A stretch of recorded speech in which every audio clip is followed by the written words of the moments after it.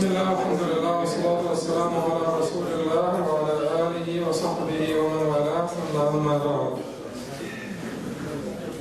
On page 19 here, Imam Qudama started to talk about the likeness of the heart to the earth, and he said, due to the sterility and poverty of indolence, dissatisfaction, idleness, and some of this is added by the translator for sure, but the hearts, or qulub and souls and nufus, endure time and time after the invitation, or because of all of this, the hearts and the souls endure time and time after, the invitation is renewed for 5 times a day.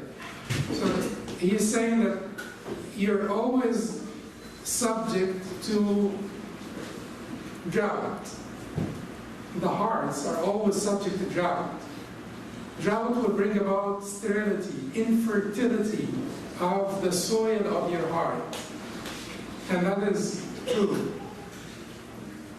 This drought is caused by idleness, which is batala, inaction. This drought is caused by heedlessness, which is ghafla. This drought is caused by the distraction of temptations and the pursuits, the different pursuits in this life. You're always subject to suffering from drought. Your heart is always suffering from thirst and drought. So Allah subhanahu wa ta'ala is extending this invitation for you 5 times every day so that your faith can be renewed, so that you would be seeking water for your heart. You would be seeking water for the soil of your heart, calling for the rain from the one in whose hand is the water, to quench the hearts, and beseeching the clouds of His mercy to have the water descend upon the heart in order that the trees of Iman and the harvest of Ihsan growing from this divine mercy.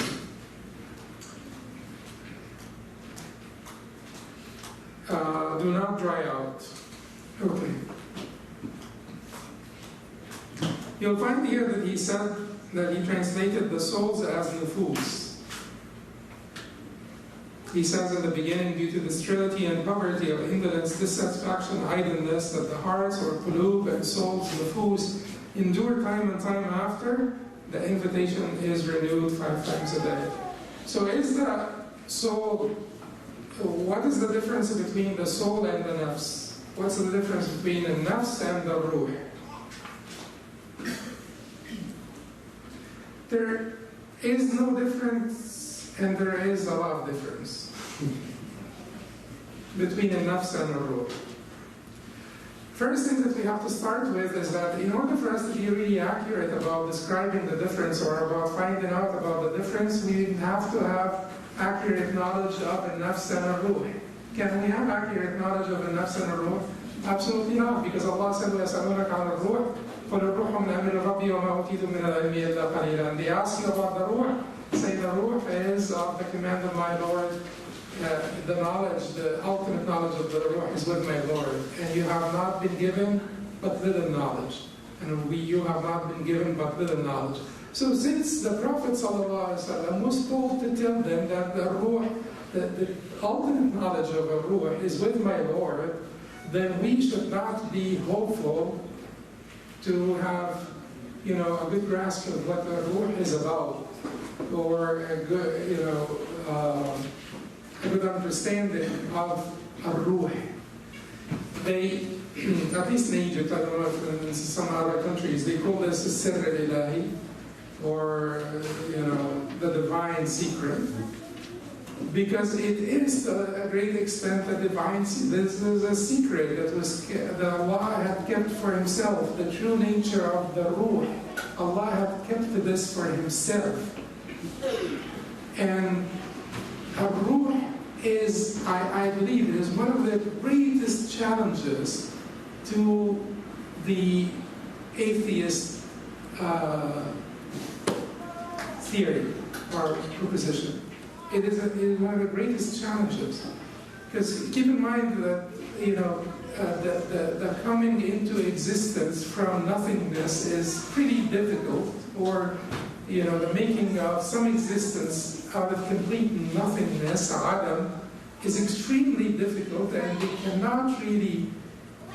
they will give them 2 million years to explain this, and they will not be able to do it, atheists. But also life, the presence, the difference between the living and the dead, that ruh, that upon departure from the body will leave it dead, that is infused into the body, and once infused into the body, it brings it into life. They will never be able to explain it. They will never be able to explain it. So they could talk as much as they want about, biochemical reactions in a warm pond billions of years ago, creating this first strand of DNA, but it doesn't make any sense. Mathematically, it doesn't make any sense. Probability-wise, it doesn't make any sense. But after all of this DNA, where is life? Where did life come from? What's the difference between the living and the dead? So that is certainly part, it's a divine secret. It is simply ilahi. So we will not be able to ever have accurate knowledge of a ruh and a nafs to sit down and say, these are the distinctions between a ruh and nafs. Some of the scholars said a ruh is a nafs and a nafs is a ruh, and there is no distinction between the two, which, Imam Taymiyyah rahimahullah said this, but he did then talk about the different usage of ruh and nafs, which means that in usage, there are differences between a ruh and nafs. But in essence, he's saying that they are similar, and many scholars said that they are similar, a ruh and nafs, and their proof on the essence of ruh and nafs being similar is that the Prophet ﷺ, when Abu Salama died, and the Prophet ﷺ went to see Abu Salama tells us, as Muslim reported, that when Abu Salama died, shafasa basar, that he gazed. He had this stare, or he gazed up at the ceiling. Shafasa basaro. So the Prophet ﷺ closed his eyes, and the Prophet said, "Inna ruha idha qubid tabi'ahu al-basar." When the soul is seized, is taken back, the eyesight follows it.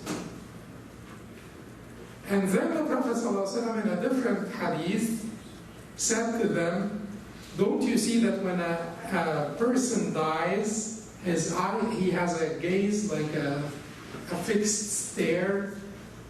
And they said, oh yes, O Messenger of Allah. This was also reported by Muslim from Abi Hurairah. The Prophet ﷺ said, فَذَلِكَ حِينَ يَتْبَعُ بَصَرُهُ نَفْسَهُ أَوْ نَفْسَهُ بَصَرُهُ. That is when his eyesight follows his nafs.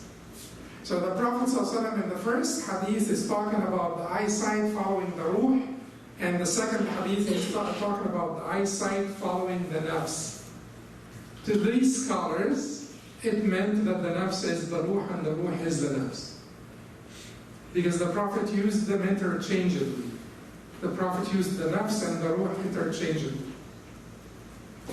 And that is when, so as if Allah subhanahu wa ta'ala wanted you to taste certainty before you leave this world.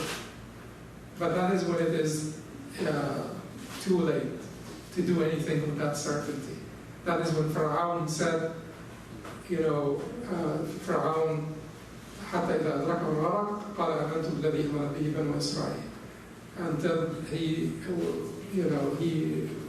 drowned, he said, I believe in that which Banu Israel believed in. But that was too late for Pharaoh. So when the person dies, he does actually see his soul departing from his body. That's the only time you get to experience certainty in that. But from that time onward, your certainty will only increase. From that time onward, your certainty will only increase. Things will be revealed to you. Things that have been concealed from you to test your faith in the unseen will now be seen. That's the first thing of the unseen that you will now be able to see, is your own ruh. First component of that unseen that you have doubts about. Even some people have doubts that there is something called ruh. That would be the first thing that you will be able to witness. And that will be the beginning of this completely different trajectory of certainty that will only increase. So then the ruh and the nafs can be used interchangeably, but why are we having two different words, and why are we using them in different contexts? Because in usage, nafs usually, not always, there are some distinctions in usage between a nafs and a ruh. So we're using a nafs to refer to that ruh after it mixes with the worldly entity of your body. After it is infused into your body, it is described as a ruh, as a nafs. So that ruh, which is a divine, spiritual infusion that permeates through your body, that ruh, that divine, heavenly, spiritual infusion that will permeate through your body. Once it has descended into your body or placed into your body, we will call it a nafs. Because now it mixes with the word of the entity. And it can be translated as the self, the ego, but it could also be translated as the soul. Because as we said, they're used interchangeably, and they are in essence the same thing. But they have different qualities, or they describe different phases of the existence of that soul. So in nafs is the ruh when it mixes with the word of the entity of the body.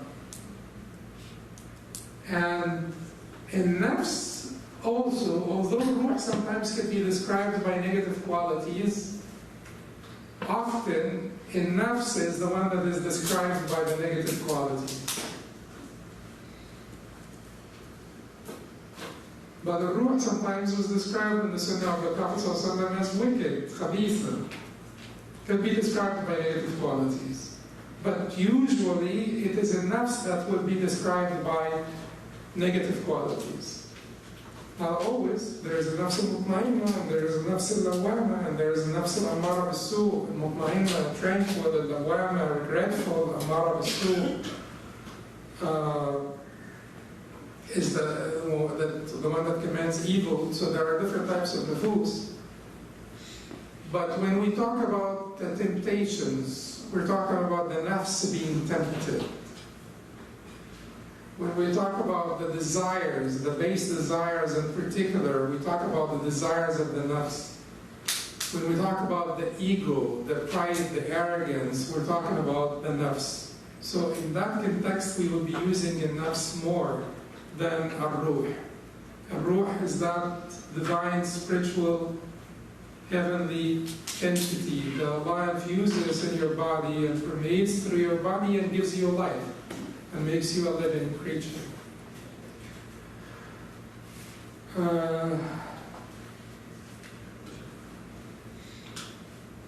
So when you're looking for nurture here, you're looking for nurture for your ruh or your nafs?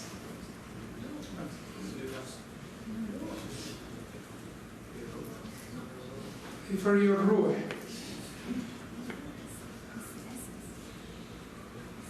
Because when we're because keep in mind that the nafs is now mixed with all the qualities. You don't want to be feeding your nafs. You want to be feeding the ruh essence of your nafs. Strip the nafs from the other qualities, because the nafs could be described as arrogant. You don't want to feed that nafs that is arrogant. You want to feed your ruh, which is the essence of the nafs, the divine essence, heavenly, spiritual essence of the nafs. Yes? So now the nafs and ruh is one, or the nafs and ruh is two, but they give it together and then take it together. Because you used it also in that context. Okay. So,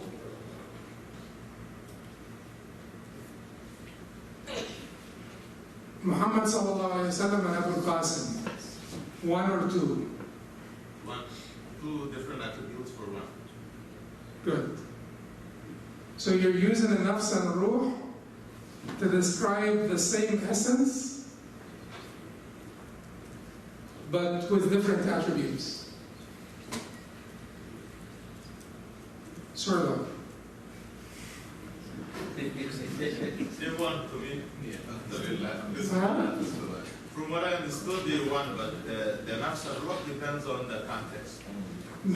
Okay. So the sprout and the plant are one or two? So those are two different attributes, so it must be two. But the plant came from the sprout. The plant is the sprout. It grew into a sprout, into a plant. The sprout grew into a plant. The soul could be more pure, with the negative attributes becomes, you're referring it to as a nafs. Well, I just cautioned that the soul have been also described as negative qualities in the Sunnah of the Prophet ﷺ. But in usage, usually the negative qualities refer to the nafs. We usually refer to the nafs or use the nafs within the context of describing the negative qualities of the self. Yes? Can say this in Arabic? We can refer to the nafs when we're talking about the dunya. Can we usually in usage here? Usually yes. When we talk about the worldly affairs, we're talking about the nafs, and we're talking about the heavenly affairs. We're talking about the ruh. But at the same time, yeah. But at the same time, Allah says, "Ya ayyatuha an-nafsu al-mutma'inna irji'i ila rabbiki radiyatan mardiyyan." That is not worldly affairs. O tranquil nafs, return to your soul, to return to your Lord. But in this case also, we're referring this to the other thing is we can have when we think about the soul, the ruh, it can overcome the nafs, and if it does that, it can refer to that case in terms of mutma'inna or mutma'inna, because you allowed one the ulya tahkum as-sufla. There are tons of interpretations, but they will always be challenged by the usage in the Quran and the Sunnah. Sometimes there is, but we're saying usually the nafs is used within the context of the ruh that is now mixed with the body, the ruh that has the qualities, the worldly qualities that we all have. So when you talk about the ego, you're not talking about the ruh, you're talking about the nafs. When you describe the negative qualities of the self, you're talking about the nafs, not the ruh. And the ruh is more limited to that entity, spiritual entity infused into the body, which brings life to it. So the ruh will not be used basically to describe the ego. You will not be used in that context. It's just limited to that entity, that has been placed into the body, that heavenly, higher entity that was infused into the body, and it permeates through it and gives it life. So, but in general, when we'll be talking here, when we talk, yes? See, here are the confusion here. If I go to the bed rule, then it's not my fault. Bed rule and my body, if doing something wrong, then why I'm responsible? Because I got, first place I got the bed rule. See, when it says they get rid of the rule, then it means I got the bed rule. Okay, so that's the discussion of predestination now. But keep in mind that even also if you were given a bad body, you're not responsible in that sense, or using the same logic. Because you were given both by Allah, your body and your ruh. And the mixture is also by Allah, because He gave you the two ingredients. So if you're saying that the ruh is always good, and it is the body who overwhelmed it, the body is also given to you by Allah. You didn't make your body. You didn't make anything. You're just given what you've been given. But that is a discussion of predestination, and that would be branching off. But in general, you have enough free will to be responsible. Just like you have enough free will to have children and to be responsible for your children, to make provisions and take steps towards having children, and no one in his right mind will tell you that you're not responsible for those children because Allah created them. The same applies to your deeds. No one in his right mind could say that you're not responsible for your deeds because Allah created them and Allah created you. You have enough free will to be responsible for your children and to be responsible for your deeds. So, but I wanted to say this because I wanted to say that you're looking for nurture, you're looking at the salah for nurture for your ruh, not your nafs. Because you don't want to nurture your nafs, because your nafs is now that ruh that is mixed with all of these entities. You want to nurture the ruh after you strip it from all of those desires and all of those qualities and the ego and so on. So I would translate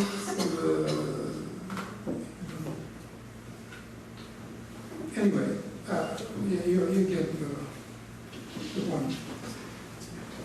And then at the end of this paragraph, he says, therefore the heart of the Abd of Allah continues to implore in humility for the rain to fall upon his heart from his Lord, and invoke Him to relieve his heart from drought and thirst. From drought and thirst.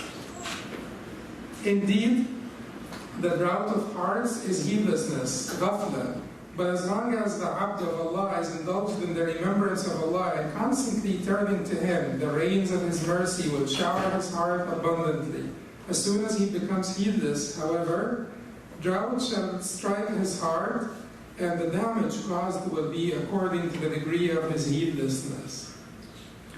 This is because when inadvertency dominates and overwhelms the heart, its land becomes lifeless. It shall produce no harvest for reaping, and the fire of desires will scorch it from every side, leaving the land bare after it had once been rich, and rich with very different kinds of vegetation. Nonetheless, as soon as the rains of mercy fall upon the heart of the Abd, the land of his iman and deeds quivers, turns fertile, causing every lovely kind to grow thereon. Keep in mind that the sandy plains, after too much good rain, after a lot of good rain, will bring about some vegetation.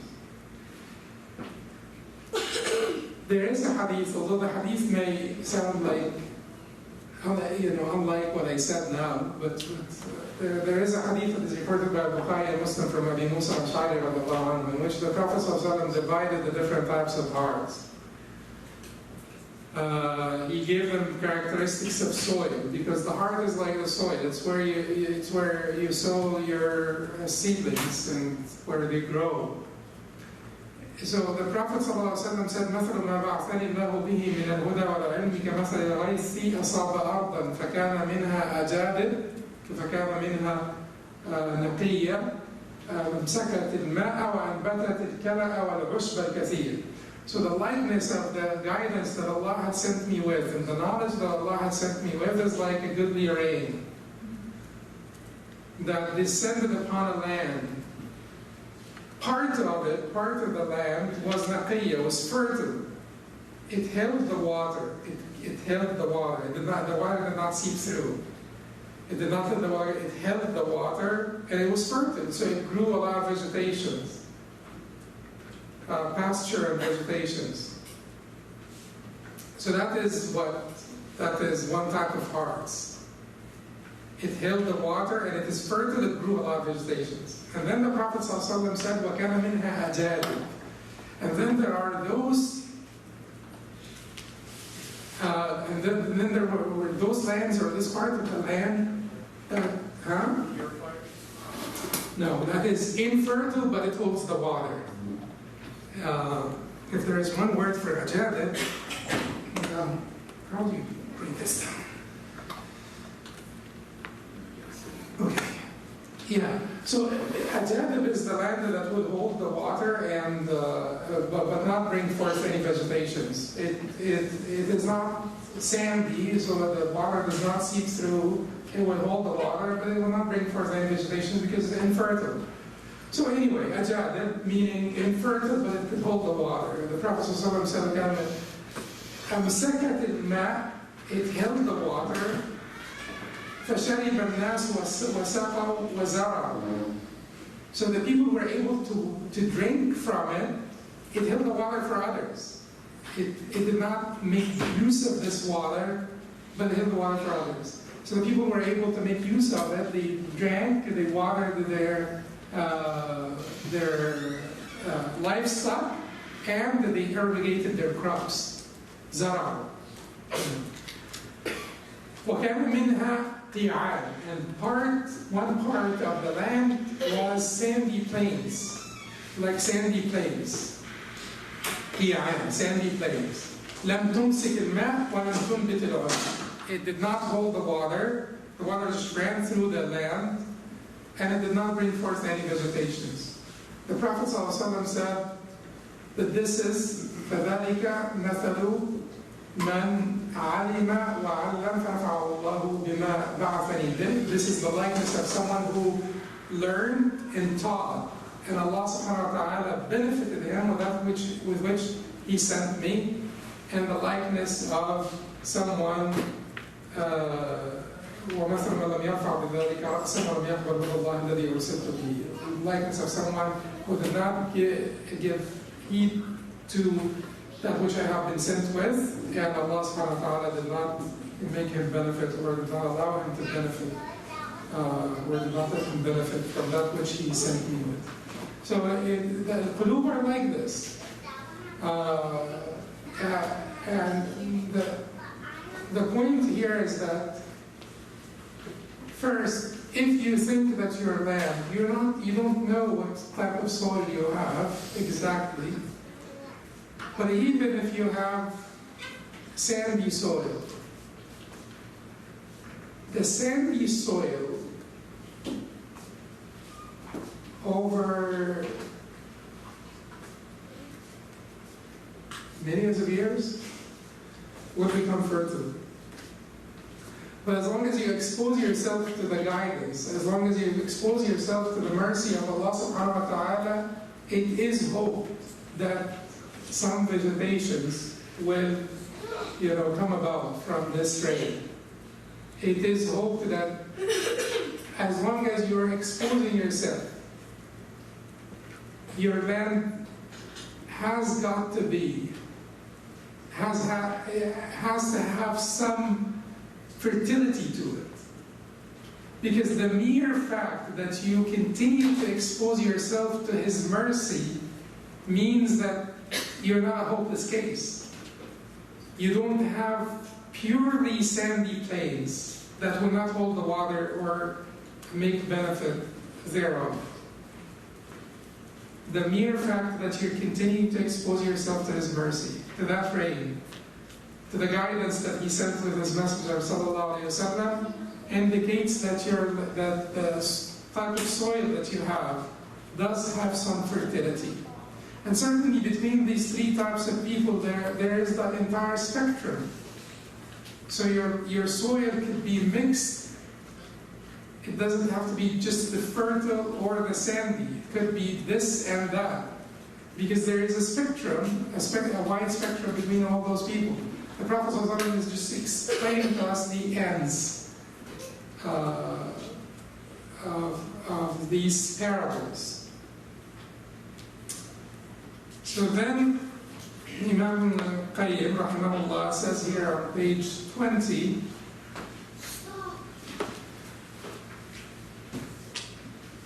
but before I move on to this next point on page 20, there is something that is very, very sort of alarming about what he said, which is that if the drought lasts for too long and the trees and the vegetations dry out, even if you have a fruitful garden, but you allowed it to go thirsty, your garden to go thirsty for too long, it will dry out. And once your garden dries out, it will be engulfed by fire. It will be eaten up by fire. And that's the fire of what? Fire of temptations, fire of desires, fire of doubts, which is a much more vicious type of fire. Fire of uncertainty and doubts could even be much worse than the fire of temptations and desires. But you are more prone to it, the fire of doubt and uncertainty, because you allowed your garden to go thirsty for too long, or to suffer from this drought for too long. You do not expose yourself to the rain. The salah is the rain, the connection between you and your Lord. It is the 5 times you're seeking to water your garden with this connection, with this subtle conversation, munajat, subtle conversation between you and your Lord that will basically reconfirm your sense of belonging to Him and your servitude for Him. So make sure that if you feel that you're shaken in your iman, you go back to the salah, because the fire of doubts would have not come close to your heart unless or would have not devoured some of the trees, some of the plants of your garden, unless you left them to dry out. And that certainly does not mean that you will not be looking for certainty, sort of in terms of conviction, in terms of the mental conviction. We should, and we should be looking for an answer to any doubts or any misconceptions to bring comfort to our hearts. And there is always, this is branching out, but this is important branching out.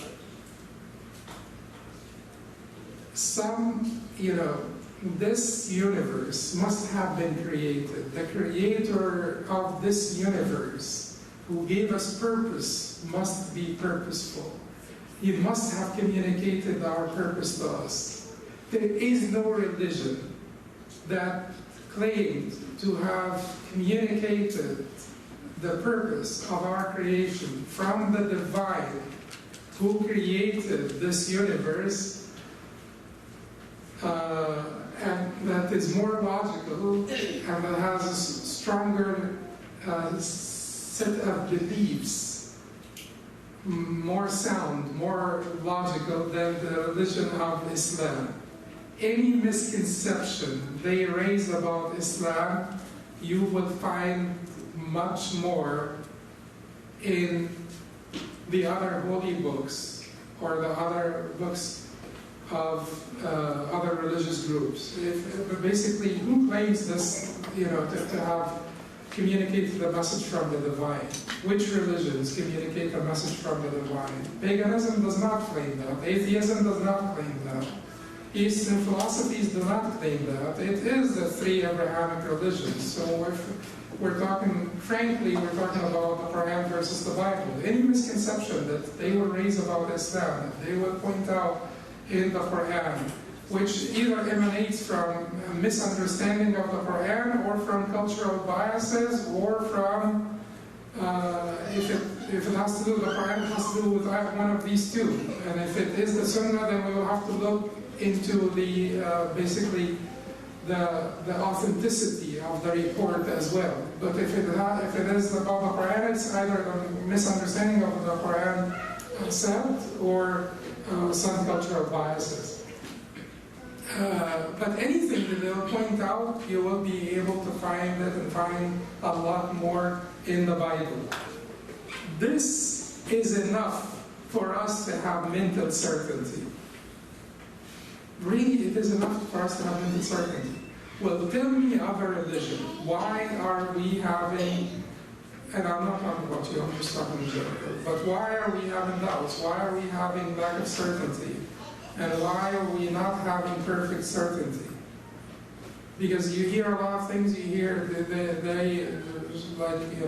the adversaries or the critics of Islam, they point this out or that out, this ayah in the Quran, this hadith of the Prophet, this story, and so on and so forth. Or you have been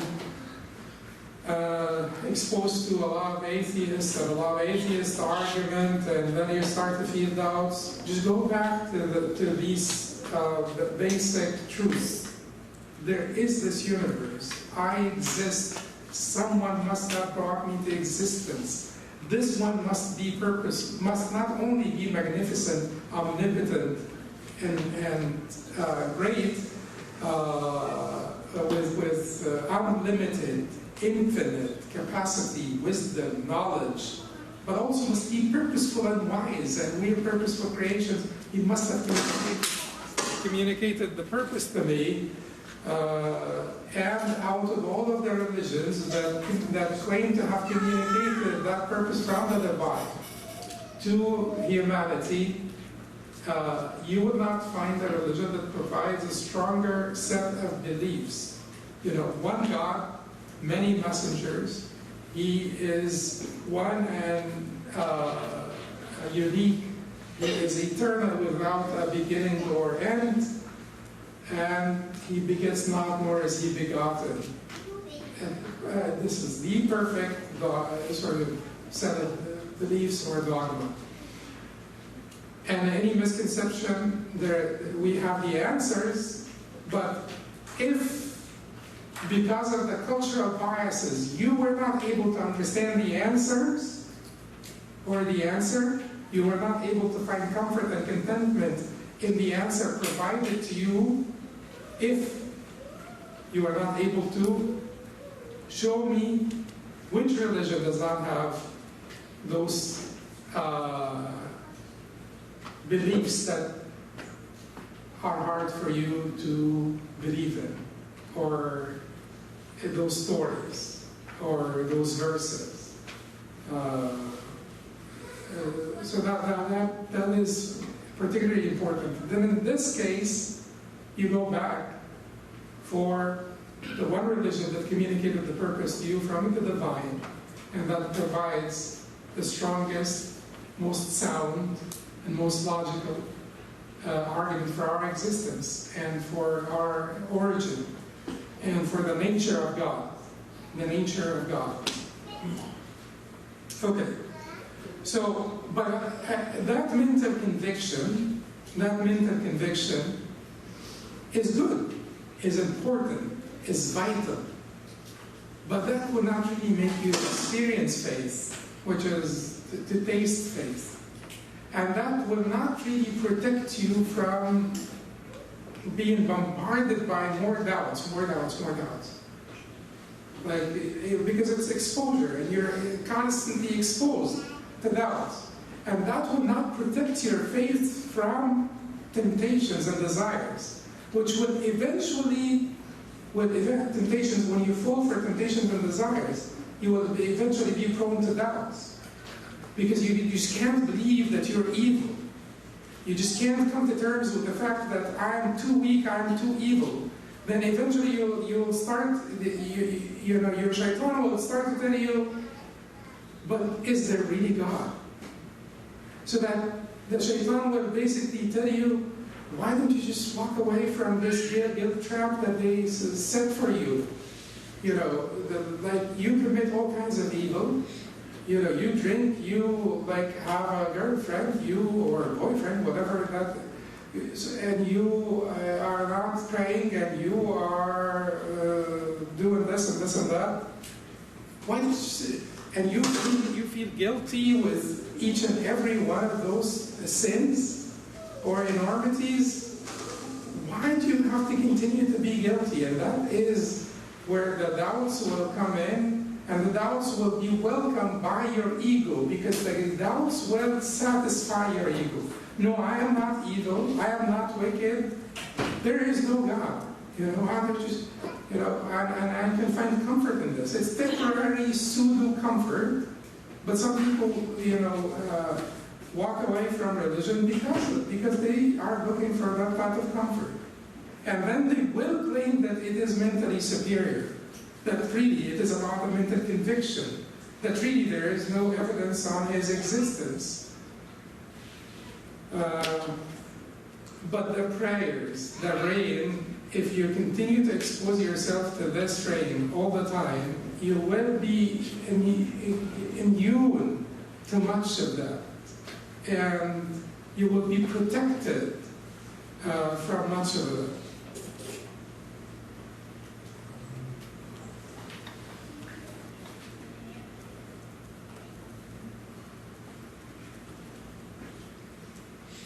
Okay, we'll finish in 5 to 10 minutes.